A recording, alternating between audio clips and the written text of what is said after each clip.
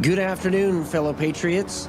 This is Matt Shea, and welcome to Patriot Radio, broadcasting live from deep inside the heart of the future Liberty State. Sponsored once again by On Fire Ministries, in the legacy of Dr. Stan Monteith, bringing you the story behind the story and the news behind the news, where it's not about right or left, it's about right and wrong.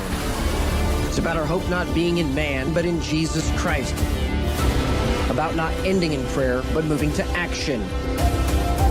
Your kingdom come, your will be done, on earth as it is in heaven. Father, deliver us from the evil one. Welcome to Patriot Radio. Good afternoon, fellow patriots. This is Matt Shea, and today on Patriot Radio, federal judges, well, they aren't the president, nor should they be. China continues provocative actions in the South China Sea. And here in the United States, there's been a lot going on with Doge, but some other things that have happened very positive, with some court wins that will change the direction of the country and change the direction for you and me. Also, a massive archaeological find, it looks like, and we have to confirm this, although it looks pretty solid, underneath the pyramids of Giza, and supporting some conspiracy theories that may not be conspiracy any longer. Here at Patriot Radio, we want to give you the information before everybody else so that you and your family can be prepared for the times that are ahead and the times that are already upon us. But no fear, we were made for this. So you can follow us for real-time intelligence analysis and breaking news at patriotradio.us/Telegram. And also, if you're needing prayer during these times or something has you anxious, it shouldn't. But you can pray with us at patriotradio.us/prayer. We would love to walk with you in your journey with Jesus, and would love to tackle some strategic things in prayer with you as well. So it doesn't just have to be you need something. But if you want to join us in strategic prayer, please click on the link at the QR code or go to that web address. Now, the wisdom from the word today is a controversial one, but it comes to us from Luke chapter 19, verse 26. I tell you that everyone who has, more shall be given, but from the one who does not have, even what he does have shall be taken away. Now, this is very clearly an eschatological reference. It is an end times reference to the reward that people get for being faithful to Jesus Christ. Namely, cities to rule and reign with Jesus for a literal 1,000 years. All the early church fathers taught this, but there's a deeper meaning here too for us today. Whenever we steward well, more will be given to us. And whoever's not stewarding well, that will be taken away from that person and be given to the person who is stewarding well. So yes, we all fall short, and this isn't meant to instill fear, but we've been given the United States of America to steward, and we need to steward it well. That's why the removal of corrupt bureaucrats and the removal of corruption in, systemic in the system. That's why the removal of budgetary line items that really were to benefit a few. That is how we're going to be good stewards. Removing the corruption, shrinking the size of government to a very small government, which is what the Founding Fathers envisioned, is good stewardship, and that's how we can pass it on to the next generation. We see too often, I think, that we rely on government when we're supposed to instead be relying on God. And so while you may not agree with Elon Musk, you can agree with one thing, and that is he is reining government into the biblical proportion that it is supposed to be. And if you don't know where that standard is, it's actually in the book of Kings, but that is a topic for another day. That said, it brings us to a very busy daily intelligence brief. Coming to us from the globalist front. The future is built by us.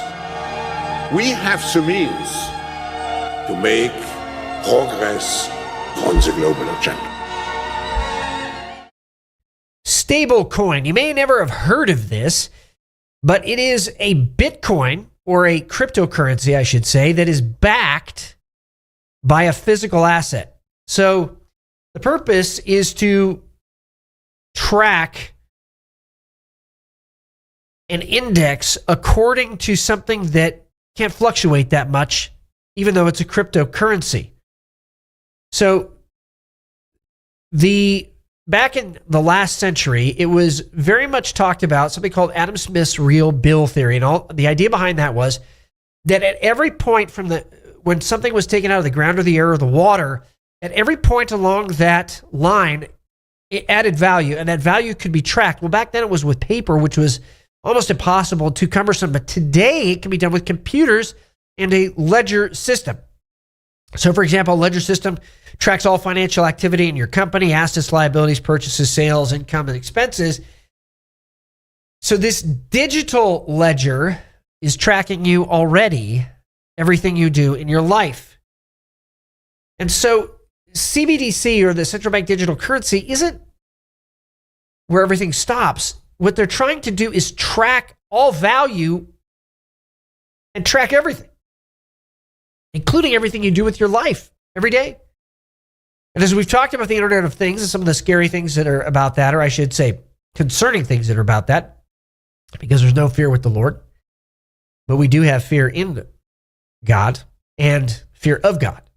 So my point behind this is that with the Internet of Things, the idea was that everything would be tracked when you consume something. So if you ran, low on milk, it would alert you. You could order new milk just based on an interface on your refrigerator. But the nefarious side of it was to send your doctor and add to your health records how much ice cream that you were consuming.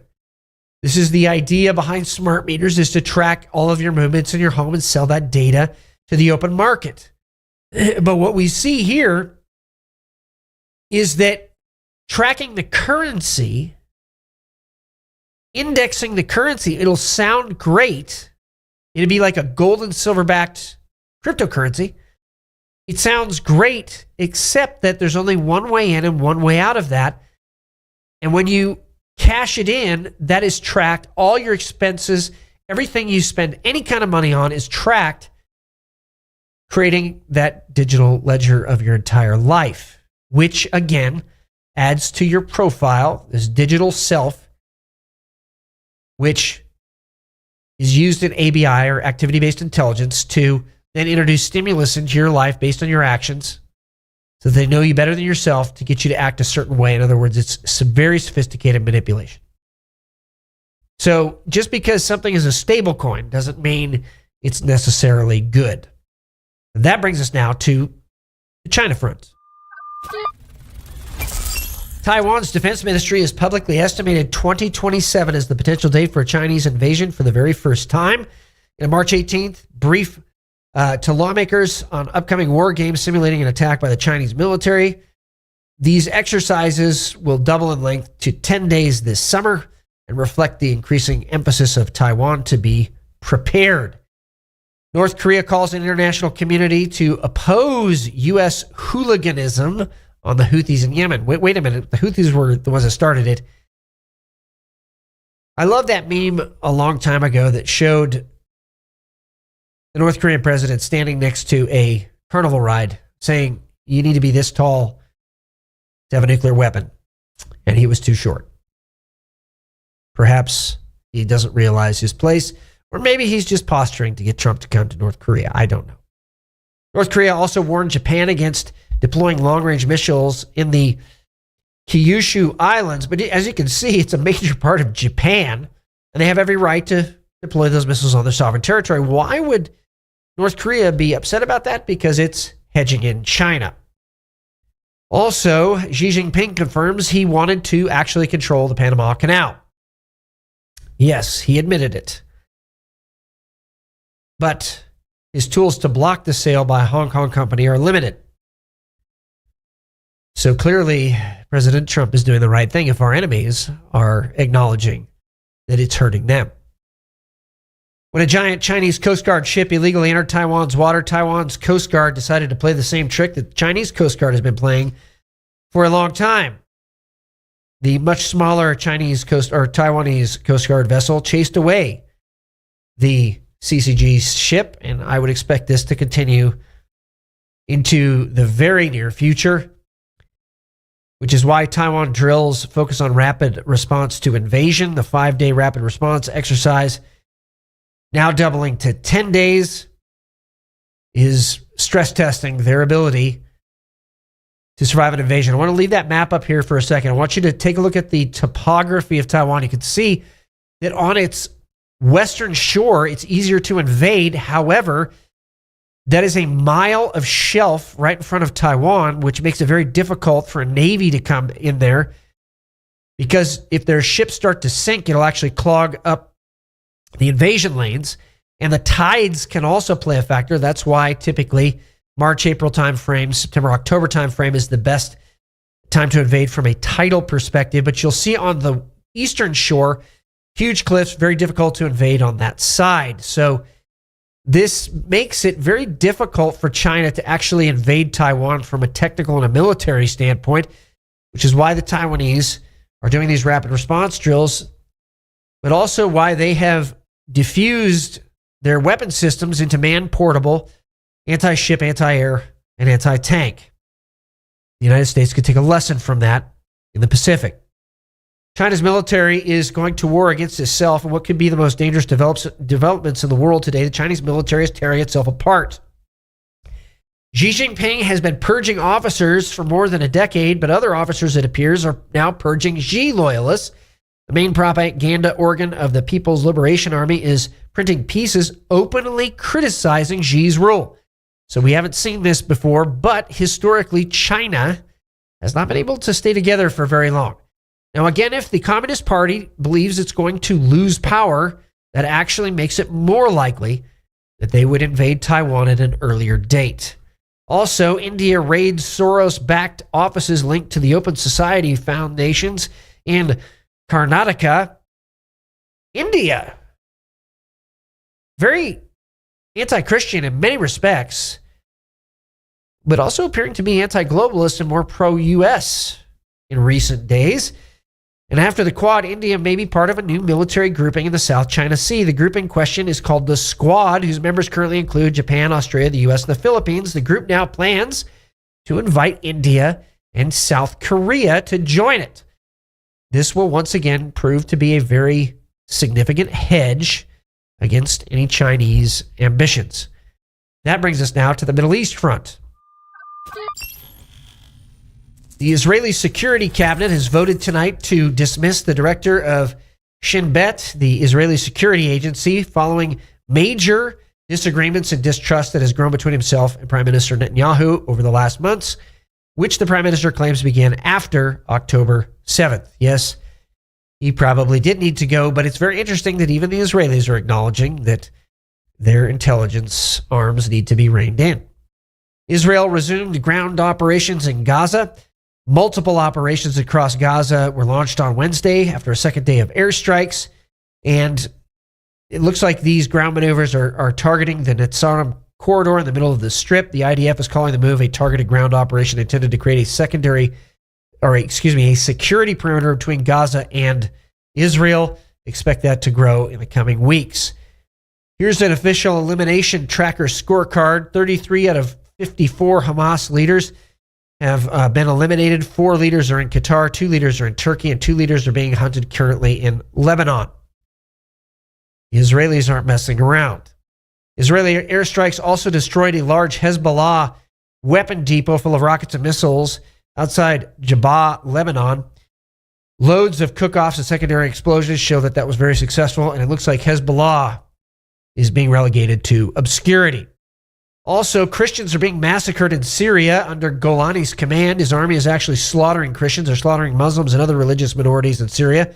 And unless President Trump takes action, this will likely continue very rapidly. Now remember, there is the southwest part of Syria, which does have a valley of the Christians there, and that really is where the United States should focus because Israel, or at least allow Israel to expand, because not only are Christians there, but the Druze are as well. Istanbul mayor was arrested on questionable charges. Who is this Istanbul mayor? Well, he ended up being the most significant opposition to President Recep Erdogan, and was just getting ready to announce his candidacy for president when he was suddenly arrested. That has resulted in massive protests in the tens of thousands, if not hundreds of thousands of people across Turkey. And there is so much unrest. We could see something significant happen here in the next week or two. So all our eyes right now are on Turkey. When we come back from the break, more from the Russia front and this amazing archaeological discovery using ground-penetrating radar in Egypt. Attention business owners and entrepreneurs. Patriot TV is launching a brand new TV series showcasing American-made products, and your business could be featured. Whether you sell your products online on Etsy or Shopify and dream of reaching millions of viewers on smart TVs like Samsung, Sony, TCL, and LG, or apps like Roku, Android, and Apple TV, this is your chance. We're searching for U.S.-based businesses offering all types of products and services proudly made in the USA. If you've ever wanted to showcase your products on TV like QVC or the Home Shopping Network, now's your opportunity. Support our American economy, grow your business, and be seen by loyal Patriot viewers across the country. Know someone with a business or have a business yourself? Don't miss out. Contact us at supportingpatriots.com today.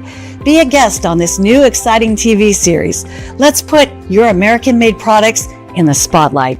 The new Supporting Patriots show on Patriot TV spotlights great Patriot-owned companies and introduces them to Patriot consumers, encouraging them to buy American-made. If you're an America-loving patriot that owns and operates his or her own business, and you have Made in America products or services, you're the perfect candidate to be interviewed on the Supporting Patriots show. If you'd like to be considered for an interview, email us at supportingpatriots@patriot.tv. And we're back with the Russia front. Ukraine carried out a major drone strike today on Russia's Engels 2 airbase in the Saratov Oblast, which is home to the majority of Russian Air Force long-range strategic bomber fleet. Not to be outdone, Russia has launched one of the largest drone swarm attacks of this war. Several Ukrainian cities have been hit. So while there is a ceasefire for 30 days on infrastructure and energy targets, it does look like military targets and posturing are still happening and in play. President of U.S. and Ukraine speak. U.S. President Donald Trump and Vladimir Zelensky spoke via phone Wednesday, with the Ukrainian side describing the calls very substantive. He called the discussion positive, very substantive, and frank. I'd say one of the first steps toward fully ending the war could be ending strikes on energy and other civilian infrastructure. Again, it looks like something impossible might be happening, and they're trending toward peace. Trump just told Zelensky also that U.S. ownership of Ukraine's nuclear power plants would provide the best protection for that infrastructure. So he is admitting, President Trump, that U.S. business interests and, dare I say, ministry interests in that country as well, with some Christians on the ground there, may be actually the best defense that Ukraine has, which begs the question, why are casters not being invited to a summit with Ukrainian leaders in the church to give the moral imprimatur for ending the war? Would be my suggestion. Also, U.S. intelligence sources indicate that former Secretary of State Blinken is being investigated for influencing Romanian authorities to cancel the elections. Former president and former foreign minister were also, this is of Romania, were also reportedly involved. Interesting. And one of my favorite stories today, Conor McGregor announces he's running for president of Ireland. Now, that is a candidate I think we could all get behind, especially right near St. Patrick's Day. That brings us now to the national front.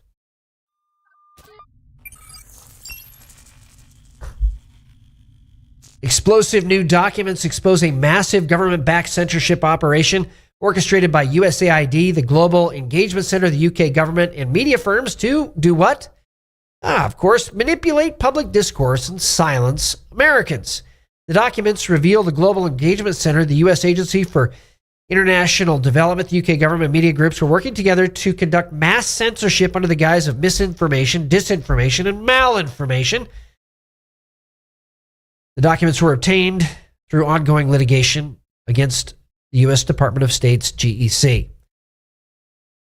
I hope everybody understands that our own taxpayer money was being used to silence us, that the left was not the monolith that many people made it, but actually a facade. And that's what we found with most Marxist and communist organizations is there's really nothing behind the face. You got to break through that veneer, and you have to be tough enough to take the backlash. Also, I find this fascinating. So, in 8 years, with President Obama in office, 12 court injunctions were issued. For Trump, in 2 months, 15 have been issued. In his first term, it was 64. In Biden's term, it was 14. Clearly, these activist judges are overstepping their bounds, but there is a solution. I've heard a few people talk about impeachment, but you need 67 votes to impeach. You only need 51 votes to limit, in the Senate, to limit the jurisdiction of the courts under Article 3. Congress has that power. So limit the court's jurisdiction or defund them. Very simple. And those judges will be out of a job. Also, White House Press Secretary Carolyn Leavitt confirmed that 67% of all national injunctions issued by local district court judges have come against President Trump. 92 of those have been from partisan, Democrat-appointed judges. Yes, there is a problem. But on the positive side, the New York State's top court blocked a New York City law allowing non-citizens to vote. This ruling prevents 800,000 potentially non-citizens from voting in U.S. elections. Bravo to Chip Roy for bringing that forward. But I should say that this should be the policy across the board. Chip Roy's SAFE Act should never have been brought up. This should have been the policy already. This isn't in debate, or it shouldn't be in dispute. Also on the good news front, a North Dakota jury just ordered the radical environmental group Greenpeace to pay $660 million in damages to the company behind the Dakota Access Pipeline for defamation, trespassing, and conspiracy stemming from efforts to sabotage and shut down the pipeline's construction. Greenpeace says the damages might drive it into bankruptcy. That is fantastic news, Charlie Kirk. I agree. Also, Obama judge blocked Doge from Social Security records, and at the same time, Musk team was deleting vampires, people that were supposed to be dead, but somehow alive, sucking off the system. This judge blocking, what he's saying essentially is that the president does not have the authority to access Social Security records. That is a clear violation of Article 2, where all of the executive power is vested in the president. These judges are asking really for a huge crackdown, and it really has to happen, as Nayib Bukele said in El Salvador. After they started doing the right thing, it was the judges that were the biggest obstacle to bringing true reformation to that country. President Trump just signed an executive order to officially eliminate the Department of Education. We've been talking about this literally for a decade on Patriot Radio, and here we get to see it with our waking eyes. Praise the Lord. National Transportation Safety Board recommends 68 bridges in the U.S. be evaluated for risk of collapse from a vessel strike. I want you to understand what this means. They've identified 68 bridges that could come down if a vessel strikes them. In other words, they're very susceptible to terrorism. I know of one, very specific one, that has been reconned by Antifa elements recently. So this comes at a very interesting time, especially after the warnings from sources in the Middle East of pre-attack surveillance already having been done and attacks being planned on hospitals in the United States by 5 to 7 person cells, and also attacks targeted at Christian patriot leaders, churches, and property, which has already been going on, as we've seen with the Tesla dealerships. Now, it's worth pointing out, as Kyle Scheidler has mentioned, that Tesla has been the target of European and particularly German anarchists since at least 2023. It would be interesting to see what the connection is between those two. I completely agree. Meanwhile, Pam Bondi and the DOJ have charged 3 people for vandalizing Tesla locations. One defendant was armed with a suppressed AR-15 rifle and was arrested after throwing approximately 8 Molotov cocktails at a Tesla dealership located in Salem, Oregon. Another was arrested in Loveland, Colorado after attempting to light Teslas on fire with Molotov cocktails. The defendant was later found in possession of materials used to produce additional incendiary weapons. And in Charleston, South Carolina, a third defendant wrote profane messages against President Trump around Tesla charging stations before lighting the charging stations on fire with Molotov cocktails. You'll notice that the common thread there is Molotov cocktails. That's because it comes from something called the Guerrilla Manual. It was published by a Marxist who died in South America. And we actually detailed that manual here a few years ago, but I think it was back in 2019.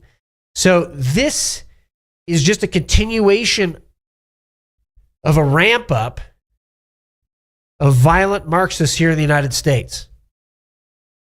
Now, with the release of the JFK files, I found a lot of things in there.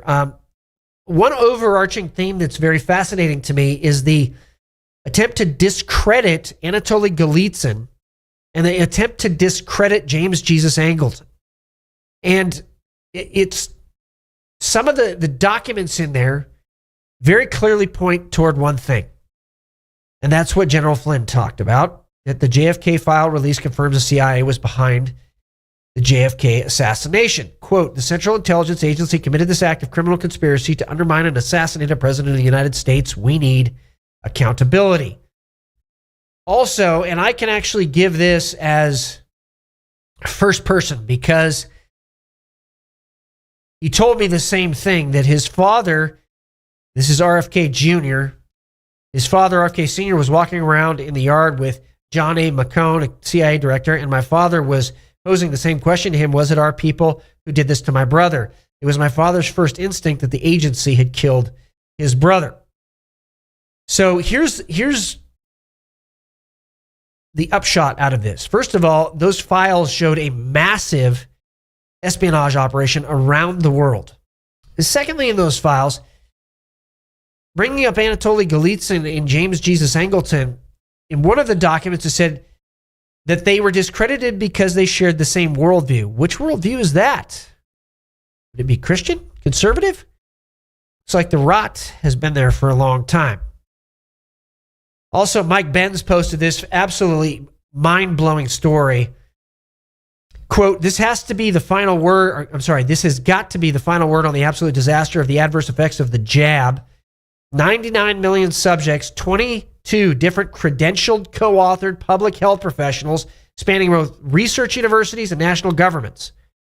The largest COVID-19 vaccine safety study ever conducted involving these 99 million individuals confirmed that injections are not safe for human use.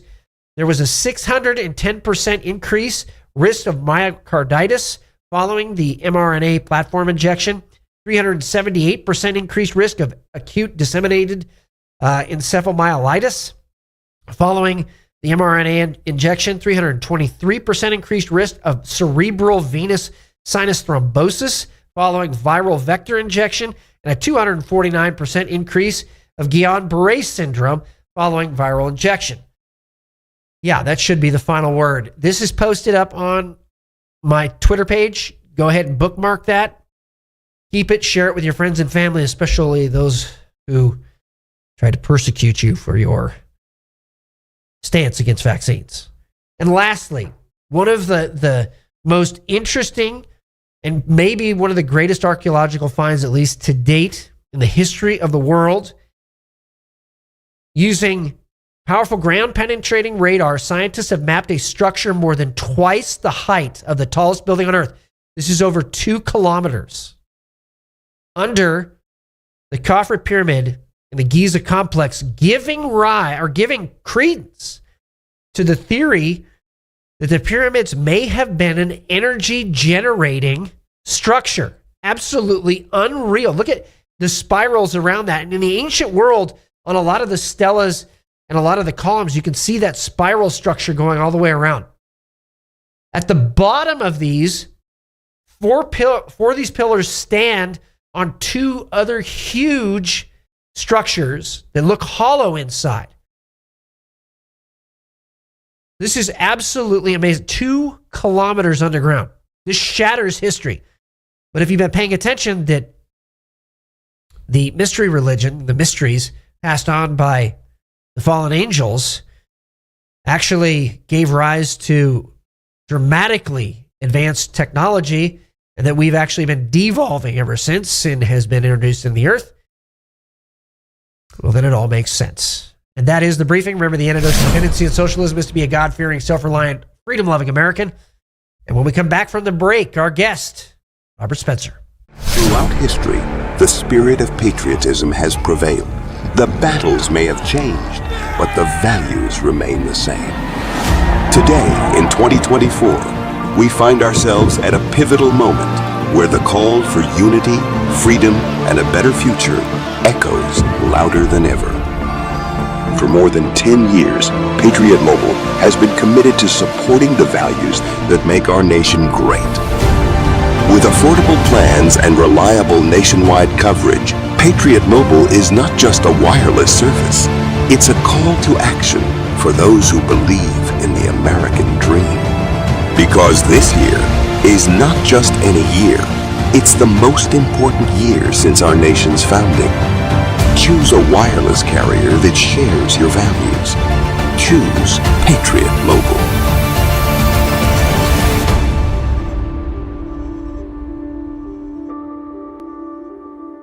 What do a neurosurgeon, a country artist, and a television and radio host have in common?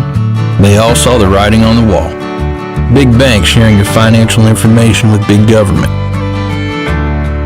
Join them as owners in Old Glory Bank, the pro-America online bank that protects your privacy, security, and liberty.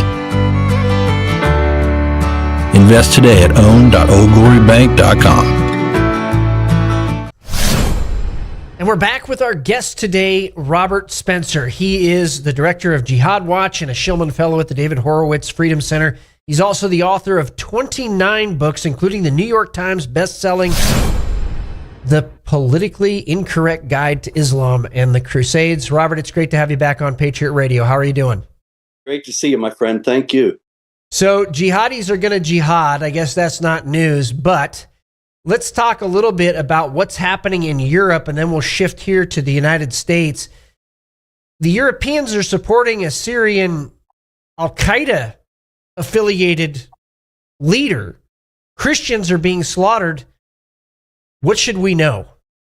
It's kind of incredible, Matt. Really, you got 7,000 Christians and Alawites murdered over the last few days by the new Syrian regime, which is a jihadi regime that wants to impose Islamic law that, as you know, provides for second-class status for Christians, and the Alawites have to just convert or die.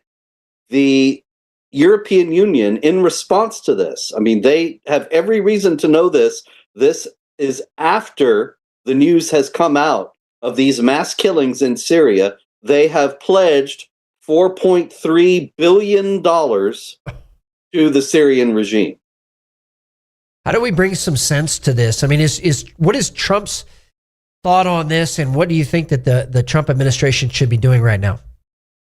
Well, I don't think Trump obviously is going to be following them in giving money to this regime. And that's actually a big improvement, because I think that if Kamala Harris were president right now, then we would certainly be also paying taxpayer money to these jihadis.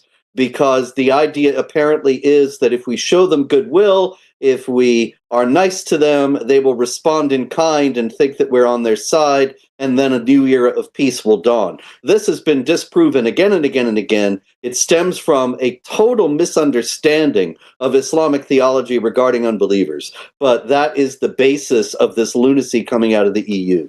Well, before we get to that theology, let's talk a little bit about what is an Alawite. And I've had many people ask that question. What does that even mean to them? Why are they being lumped in with Christians right now?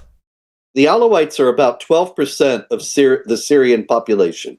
And Bashar Assad, who ruled Syria since the year 2000, and his father, who ruled Syria from 1970, before that, they were both Alawites. And so even though the Alawites were a small minority of the population, they actually ruled the country. They are an offshoot of Shiite Islam. Shiite Islam has a great reverence for Ali ibn Abi Talib, who was Muhammad's first follower, according to the Shiites. And he was chosen by Muhammad, again, according to the Shiites, as his successor. And the Alawites actually take that even farther and think of Ali as some kind of an incarnation of Allah himself. So he's even greater than Muhammad. So this is a sect that both Sunnis and Shia, for the most part, reject as heretical, although the Islamic Republic of Iran decided to recognize Alawitism, Alawism, as a legitimate form of Shiite Islam because they wanted to legitimize Assad and make Syria into a client state of Iran. When Assad fell, then Iran is out of luck, and the Sunnis now have taken over. So let's talk about the theology of Islam. We're seeing a lot of violence in Europe, and it seems that the Europeans are committing civilizational suicide right now.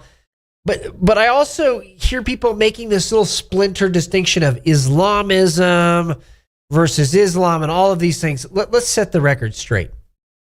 Yeah, in the first place, Islamism is a made-up idea that it only exists in the West.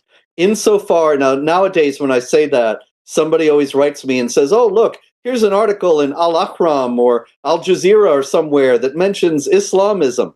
Yeah, that's because they're getting it from the West. The distinction itself between Islam and Islamism has no basis in Islam, no basis in Islamic theology or law. It's a made-up distinction that Western scholars devised precisely so that they could say, oh, all these atrocities we're seeing these jihadis do, that's because they're Islamists. And so we need to get back to the true peaceful Islam, you see. And so it's really just a means to allow the politically correct woke West to exonerate Islam for the crimes done in its name and in accord with its teaching. They dismiss them as being, oh, see, that's Islamism. And the pure Islam rejects all that, which is a lot of nonsense, but that's what they say. So what does Islam teach about unbelievers, about Christians, and about Jews? The non-believers among the people of the book, that is, Jews and Christians primarily, as well as Zoroastrians, they are called in chapter 98, verse 6 of the Quran, the most vile of created beings. Chapter 8, verse 55 says that they're worse than animals. And so this is the way that Islam, the Quran, the primary authority in Islam, speaks about non-Muslims, particularly Jews and Christians. And so when you see Islamic spokesmen in the West, in particular, speaking about the tolerance and the love of Islam and the love that Islam has for non-believers, or respect, or at very least, it's not based in the Quran at all. The Quran calls for the non-believers to be fought against, subjugated under the hegemony of Islamic law, which denies them basic rights, so that they will suffer through this life, reminded every day of why they are suffering, because they are rebelling against Allah by rejecting Muhammad and Islam. So they can be freed from all that discrimination and hatred if they just convert to Islam. Which brings us to the Muslim Brotherhood. There has been a lot of trying to clean up the face of the Muslim Brotherhood, put it in a better light, especially here in the United States. But let's just start with Europe. You know, a lot of Europeans say, oh, no, it's not that bad. You're just being radical. You're just trying to spread hate. But really, we're seeing these attacks happen, and they're not lone wolves. They're following according to Islamic doctrine. Yes, they are. And the thing about the Muslim Brotherhood is it fools a lot of people in the West because it's primarily working in the West through peaceful means, like the organizations in the United States, the Council on American Islamic Relations, the Islamic Society of North America, the Muslim American Society. These and others are all Muslim Brotherhood organizations. They're not blowing things up, but they are getting tremendous concessions and influence for Islamic entities by infiltrating into the government, by fooling law enforcement and judicial authorities so that they can gain influence and power over them. And the thing is, nobody recognizes this in the West because the distinction is entirely, are they peaceful or are they violent? And the Western authorities tend to think these guys are not blowing things up. They must be moderates. They must be Jeffersonian Democrats, and they're our pals, and they think just like us, and we don't have anything to worry about them. But actually, the Muslim Brotherhood, by means of these nonviolent methods of infiltration and so on, are gaining exactly what the jihadis are gaining through violence. And then on the other hand, there are, as you noted, the violent actors in Europe who are out doing random stabbings and that kind of thing on the streets on a regular basis in countries such as France, Germany, the UK, and so on. And after they do these things, then you have the other guys in the suits and ties coming in, the Muslim Brotherhood operatives, saying, you see, this is the result of Islamophobia. And so we have to give more money to the Muslim communities. We have to give them more welfare benefits. We have to make them feel welcome. We have to fight against their opposition and silence criticism of Islam and so on. And so you see, it all works hand in glove. It really does. And when we come back from the break, Robert Spencer, director of Jihad Watch, jihadwatch.org, we're going to be talking about how this bodes for the United States of America. American business owners, you understand the power of TV. If you have a product that you want to sell to millions of like-minded Americans who value quality, hard work, and supporting the red, white, and blue, Supporting Patriots is the perfect place. If you're ready to bring your product to a patriotic audience eager to buy American, then contact us today at supportingpatriots.com and secure your spot on Supporting Patriots. Let's build a stronger economy. When we buy American, we support our future.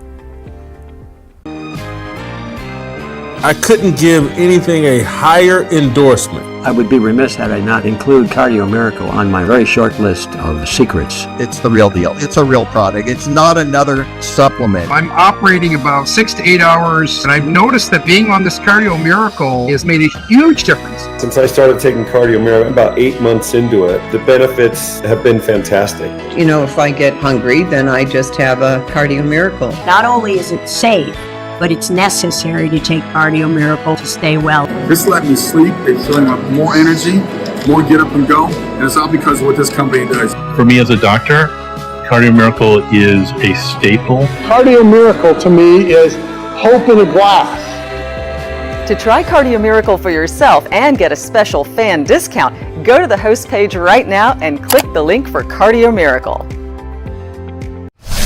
And we're back with Robert Spencer, director of Jihad Watch, talking about the infiltration in Europe and how Europe is just headed down a course of cultural suicide right now. But what does this mean to the United States? Robert, I saw, a couple weeks ago, President Trump on one day, he arrests a jihadi, and then in the same day, he appoints someone with affiliations with the Muslim Brotherhood, or at least nominates them as the ambassador to Kuwait.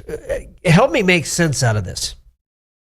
I wish I could, Matt, but the fact is there isn't any sense to be made of it. It's very clear that President Trump has an understanding of the problem to some degree, but not to its fullest extent. And he's allowing himself also to be swayed by other considerations, like, for example, with this ambassador to Kuwait, this is the mayor of Hamtramck, Michigan, and he helped to deliver the Muslim vote for Trump in 2024. And so this is kind of a quid pro quo. Trump is showing his gratitude. That's politics. But Trump needs to recognize that that mayor it represents exactly the same values and priorities as the Hamas terrorists that he's spoken out so strongly against in Gaza.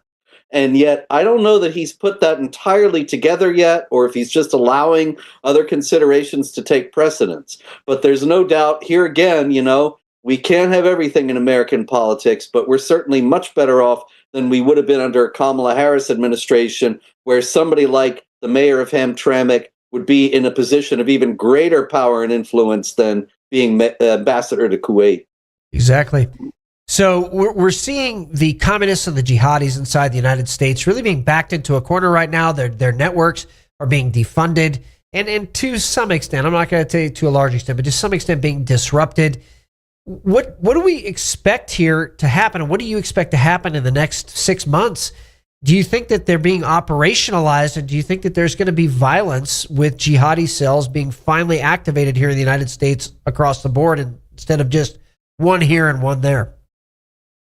I think that that's a very distinct possibility, and one of the primary reasons for that is because the left is totally unhinged, and they are so consumed with hatred for Trump, especially now during his second term, where he's very clearly energized, focused, and determined to destroy the stranglehold they have had on the federal government for so many decades. They are desperate to stop him. I would not be surprised if they get us into a world war, and if they start allowing their jihadi allies to set off multiple large-scale attacks here.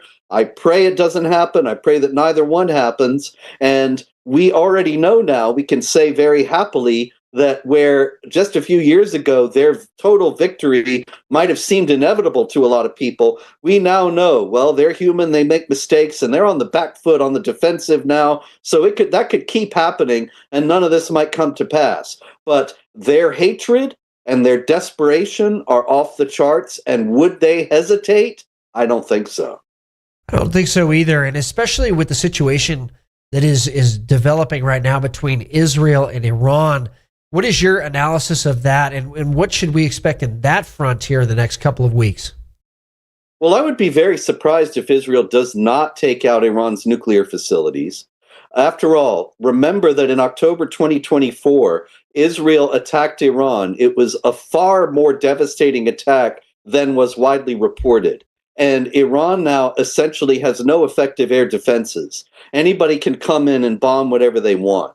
And of course, Israel should and probably will take the opportunity to neutralize Iran's nuclear threat.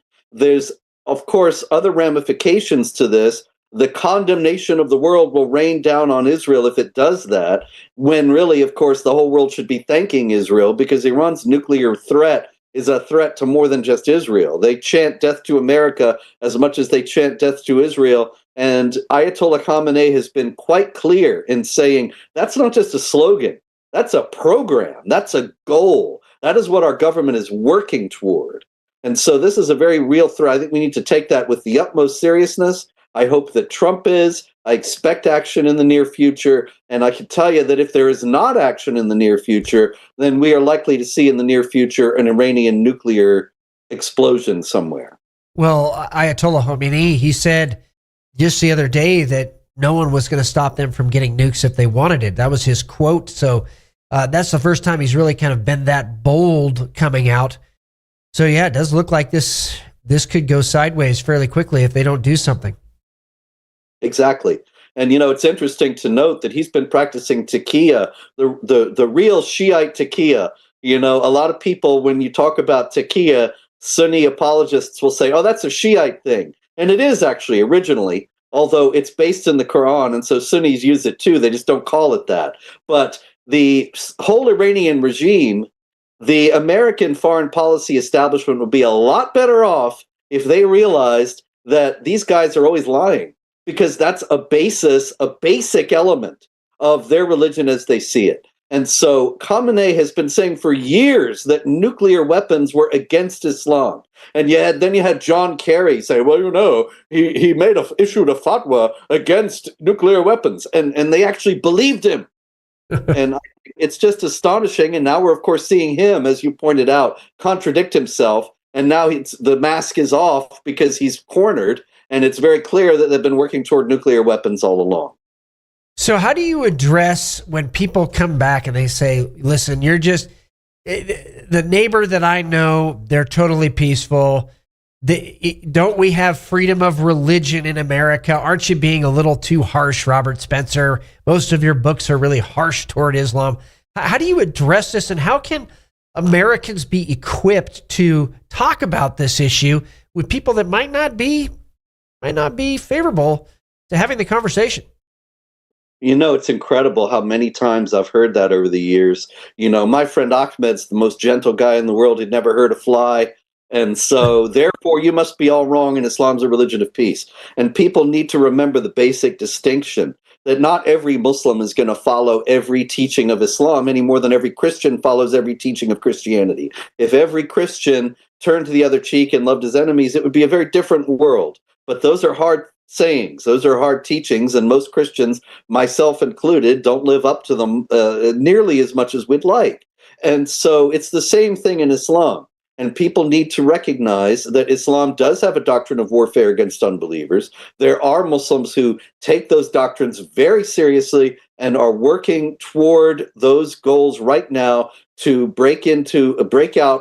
initiate a hot war against the West, and in lieu of that, to continue to infiltrate and weaken the West from within, which is also a Quranic principle. You know, Matt, the very famous Muslim Brotherhood program for the United States that says we're working toward eliminating and destroying Western civilization from within and sabotaging its miserable house by their hands and the hands of the believers. Well, where did they get the idea that the West would help them destroy our own civilization by our own hands? It's from the Quran. In chapter 59, verse 2, says Allah confuses the unbelievers and makes them ruin their own houses by their own hands. And that's what they're watching us do by our own weakness and our own willful ignorance regarding recognizing the jihad threat. Well, Trump has been doing a fantastic job now identifying issues inside of our universities here in the United States and beginning deportation processes, but everybody started to freak out over somebody who's pro-Hamas getting sent back home. Well, visas aren't a right, they're a privilege. What say you? Everybody who hates America becomes a darling of the left. Right. That's what it's all about. Remember, it goes back decades. Remember, Alger Hiss was a communist spy in the State Department, and he became a big hero on the left in the 1950s. Eleanor Roosevelt, the wife of FDR, she was one of his big defenders. Adlai Stevenson, who was the Democratic presidential candidate twice, he was one of his big defenders. There were people, even after the Soviet files were opened, and it was absolutely proven that Alger Hiss was a communist spy, there are still leftists who say, oh, it was that terrible Richard Nixon who just persecuted this poor man. And that's what the left just loves, people who hate America. And so Mahmoud Khalil's group was putting up stickers that said "Death to America" on the Columbia campus. They were openly shilling for Hamas. And that's just the kind of guy the left wants to get behind. That's exactly right. Now, what would be, in the last 2 minutes that we have left, your suggestions for President Trump moving forward on how to deal with the jihadi threat inside the United States? Well, he just needs to follow through with what he's doing. He's on the right track. Tulsi Gabbard, the DNI, she contradicted 4 years of Biden nonsense about how white supremacists were the biggest terror threat. And she told the truth, or most of the truth, when she said, really, radical Islamist terrorists are the biggest terror threat. Well, yeah, except they ain't radical, they're mainstream, and they ain't Islamists, they're just ordinary Muslims. And so let's follow through and get all the way to the truth and recognize that, and then we can start to formulate strategies that deal with it realistically. And that would be a huge game changer for the next 50 years in the United States if President Trump takes your advice. Robert Spencer, thank you for joining me on Patriot Radio. Always a pleasure. Great conversation. Keep up the fight. You too. Thank you. Robert Spencer, director of Jihad Watch, jihadwatch.org. So what can you do? Go to Jihad Watch and subscribe. Get his Twitter feed as well and hit follow, because he has a lot of information coming out of the Middle East that I don't see anywhere else. And yes, we repost onto the real-time intelligence analysis and breaking news feed at patriotradio.us, which you can follow there, patriotradio.us/telegram. So what you can do is support what he's doing, his work, because it has been amazing to see some of the reactions on there, and then how he deals with people who are coming against the truth of jihadists inside the United States. And I remember back in 2006, there were something like 6,000 terror cells inside the U.S., a terror cell being defined between 2 to 3 people operating together. And now it's exponentially higher than that. Why they haven't been activated yet? Well, driving them into a corner might just do that. I don't know. But it really seems like that likelihood is increasing by the day. So, as we end here at Patriot Radio, please check out the JFK files and a couple of things that I reposted on that. Kind of amazing stuff. And also check out this archaeological find. That is just, I can't stop looking at it. Absolutely incredible. 2 kilometers all the way down. 2 kilometers underneath the pyramids of Giza. Amazing stuff. So, NATO, and this is breaking news from 2 separate news sources right now. NATO is asking Europe and Canada for a 30% boost in military capacity. Also, intense clashes between Turkish students and riot police at one of the universities in Ankara overnight. So it looks like things are really, really heating up there in Turkey. We will keep you updated as we move forward. Now you know how to pray over the weekend. And have a great weekend. This is Matt Shea. Thank you for joining me on Patriot Radio. And as we end today, just want to pray right now for the peace of Jerusalem, the peace in Jerusalem, the peace over Israel. I just thank you, Lord, for bringing peace to the Middle East and protecting our Christian brothers and sisters who are in harm's way. In Jesus' mighty name, and all of God's people together said amen. Remember, we are revival. The revival is here. The awakening is also here. But it's going to take all of us to act and not just pray. So keep up the fight.